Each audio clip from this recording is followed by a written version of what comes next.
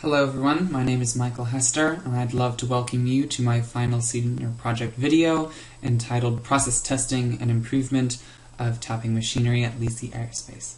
Let's get started with the agenda. So first, we'll have a short review of what I've already done with the project. Second, we will go over the physical project in detail, including quality, methods, and cost analysis. Then we will discuss the data found in those sections with results and discussion, and wrap it all up with conclusion. So Lisi Aerospace is a manufacturer of nuts, bolts, and pins for the aircraft industry.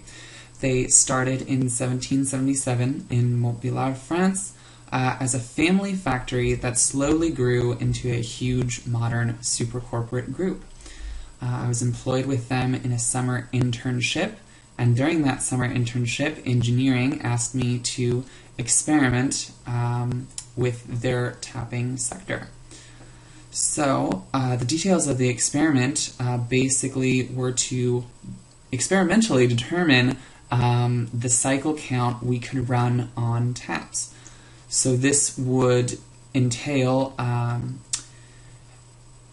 running the tap on the regular 200 cycles that the supplier suggested, false resetting the machine, and then running the tap either till we get bad parts or the tap wears out.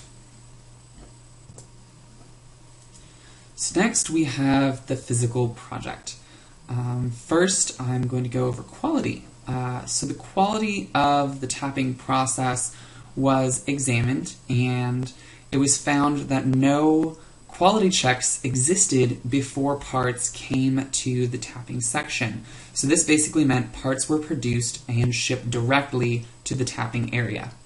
So it would be very hard to increase quality if there were no quality checks. So I devised a solution already present in the factory, which is a visual inspection machine.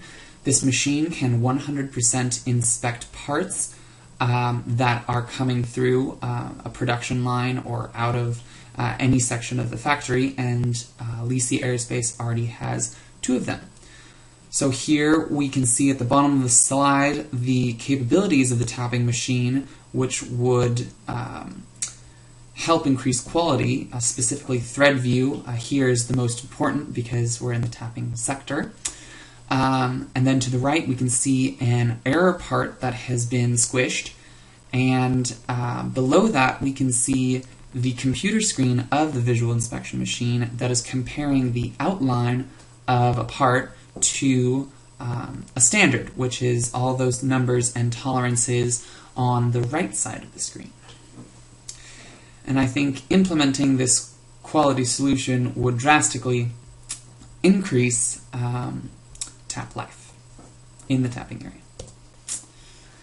So next we had the method that data was recorded in the experiment. So I created an Excel document to record data. And here we have the first revision. It's relatively simple. We have the tap name, its vendor, some of its dimensions, and noting the style of tooling used in the tapping machine, and then a small area for the error that occurred and some notes.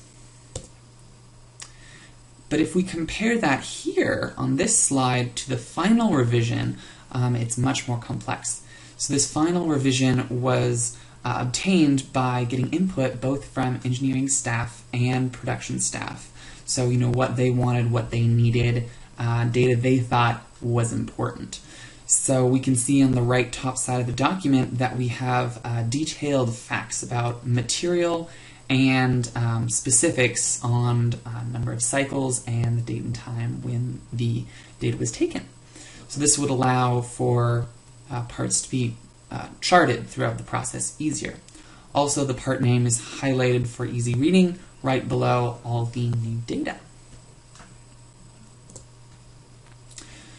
So after recording all this data, I did a cost analysis. So I wanted to find out whether the savings accrued by using less taps by running them at 700 as opposed to 200 cycles would justify the purchase of a new visual inspection machine and additional staff to run the machine. But unfortunately, as we can see here on some of the numbers at the bottom of this slide, the end cost comparison over 5 years is negative. And it starts negative and is negative over the 5-year period analyzed. So TAP savings alone would not cover this increase in quality. So the final results. Data throughout the entire experiment didn't really match any of my initial expectations. I was assuming this was a supplier problem that could be easily fixed by just running the taps more. Sadly, it turned out our own production line was our downfall, and bad parts were coming to the process that weren't being checked, and that was ruining the taps. So even if we could get this process to be much higher quality, the savings by purchasing less taps would not cover the staff and machine investments needed to get that level of quality. But initially, I did not consider the entire system. I was only considering the tapping area process. So I thought about the whole system, and it occurred to me that Lisi throws out, on average, 1 out of 13 lots of parts. So for a $10 million or a 10 million part order, similar to the one I was working on, around 700,000 parts would be either thrown out or have to be sent to quality control to be 100% visually inspected. So if each part is $1, that could be up to $700,000 in savings per year alone, just from the increase in quality. This would definitely cover the cost of both staff and machine investment for that level of quality, which is awesome. But getting the machine is not the only problem that we face. Additional problems can be seen in placement, job order, and transport time. So placement, Lisi might not be able to find a place to even put the new machine because their production line is already so full of other machines running other jobs. Second would be having the machine end up running other jobs because machines go down or other jobs are more important, and then it would never really do the job that it was intended to do in the first place. And then finally, transport time. Since the machine is in a different area, you have to transport the parts to and from that area and keep track of them. So those problems would also need to be handled if this solution were to be implemented. So finally, in conclusion, judging by our results, I would suggest and recommend that a new visual inspection machine and the appropriate staff be purchased for increasing quality in the tapping area. I learned several lessons throughout the entirety of senior project. The first being assumptions. My original assumptions were wrong, and I remember learning on kind of day one of engineering that you're not supposed to make assumptions without grounds, and that was very apparent in this study. Second was revision.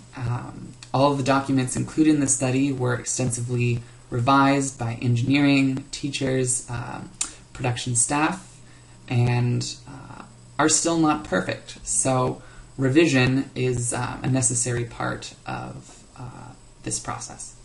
And then finally comes scope.